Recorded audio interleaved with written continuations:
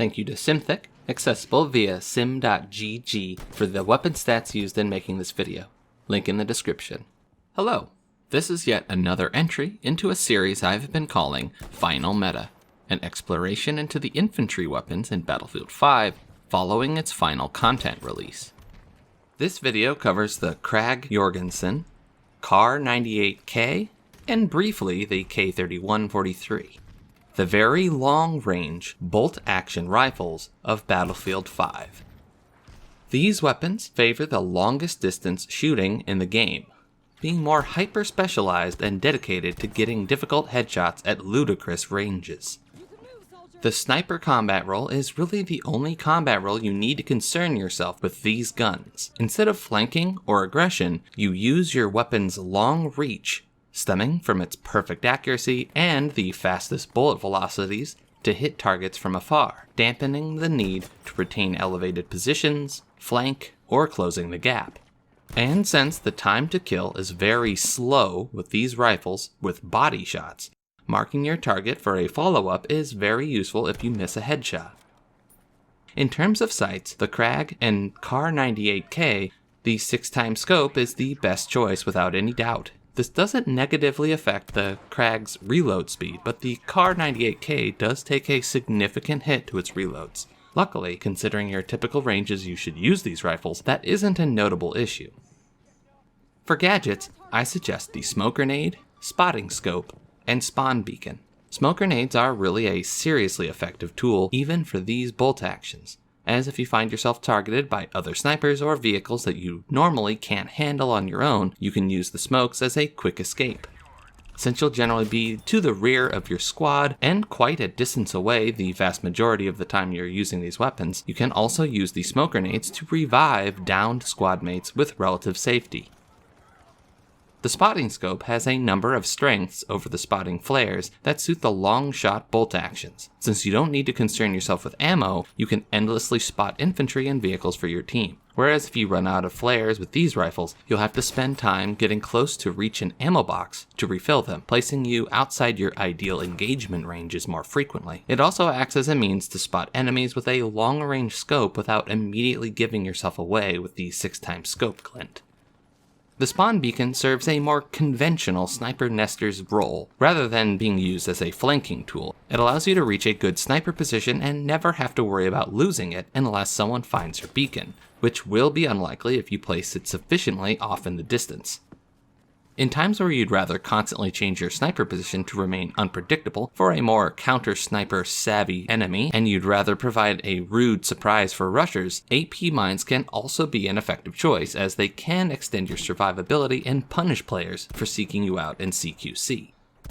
You could also consider frag grenades instead of smoke grenades. The frag grenade in this case simply provides some emergency close-range weaponry, but this is not strongly advised. Sidearms are an important consideration for bolt-action rifles. They are especially important for these rifles. For the K31 and Krag's sidearm, I suggest the Mark 6 revolver, both for its best-in-class time to kill in close range and its decent meshing with the damage models of these rifles. Its deploy time is poor, but an emergency sidearm has a notably depreciated value with these rifles due to their typical very long-ranged engagements. For the Kar98K, there are two decent options, the P08 or Repeater Pistol M1912.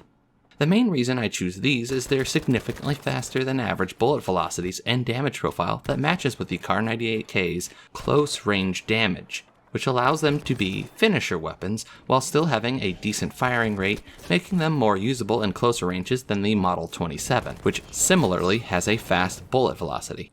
The P08 has ammo reliability second only to the M1911 suppressed, but fires more slowly than the Repeater pistol in this case. And while it has less recoil than the M1912, the recoil is very visually obscuring. The M1912 on the other hand has the worst ammo reliability of all pistols, but matches the P08's bullet velocity and fires much more quickly, giving it a faster time to kill, and has clearer irons. I would start with the M1912 for its superior 1v1 abilities and start spawning with the P08 if you notice you are starting to get targeted by a larger number of rushing swarms of enemies. For melee weapons, I advise hand tools for the Krag and K31 since their damage model and my advised Sidearms damage models suits the hand tools the best. For the Kar98K, I instead suggest the knife, as its close range damage model suits it better and works adequately with the sidearms I suggest for it as well. For the Krag and Kar98K's upgrade trees, go left, right, right. In both cases, this results in quick aim, variable zeroing, low drag rounds, and bipod. To take the most advantage of these rifles, you want to maximize accuracy. Variable zeroing and low drag rounds both provide you the tools to get exceptionally long-ranged headshot kills, and the other upgrades similarly contribute to an emphasis on accuracy. And you can take further advantage of the variable zeroing with the spotting scope gadget's rangefinder. The reason for quick aim is straightforward. 6x scopes give you the slowest aim down sights time of any option and also plagues you with scope glint. So quick aim ends up being very fruitful in mitigating both of these issues. In the case of bipods, since these weapons can kill someone with a single headshot and benefit more than most other weapons from improved precision, taking a moment to set up your bipod for a very long distance kill is a reasonable choice. Just avoid spending any more time than it takes to fire a single shot while bipoded, as you will otherwise become headshot bait for other snipers. This applies even if you missed. If you miss, move around to avoid being sniped yourself. If your target remains unaware of your position, it is safe to reattempt a bipoded shot. If they are aware of you, bipoding is no longer advised. As for skipping bayonet in this particular case, while in theory a bayonet could help mitigate these weapons' poor close-range performance, in reality they encourage a playstyle that is ill-suited to these rifles in the first place, as they encourage you to charge, decreasing the range gap, the exact opposite of what you want to be doing with these rifles. When it comes to the upgrade tree of the K31-43, I found the gun's 6x scope to be inconsistent, suggesting a possible hit registration bug. Go right, right, left, to dodge this issue. Unfortunately, the 3x scope you end up with doesn't take great advantage of the reason the weapon is in this video rather than the aggressive bolt actions, which is that it has very low bullet drag. At the very least, the weapon has some other features. A built-in ability to switch to iron sights can be useful if you find yourself rushed in close quarters, and the detachable magazines provide consistent reload times. These weapons perform at their absolute best at very long range. Longer the range, the better. This will take advantage of their precision and high bullet velocity, while also mitigating their slower firing rates and slow reloads. Find a good sniper nest and stick to it for as long as you can manage. Ammo reliability will turn into more of a bottleneck for your kills rather than a survivability metric. Instead, your general awareness of the battlefield at large will determine your survivability. Pay attention to your map, spot enemies and note their movements. Listen to sprinting footsteps near your nest so you can properly prepare by pulling out your sidearm and tossing a smoke grenade or frag grenade. The Kar98K has the slowest cycle rate of all the bolt-action rifles in Battlefield 5. This makes it so your shots really have to be right on target.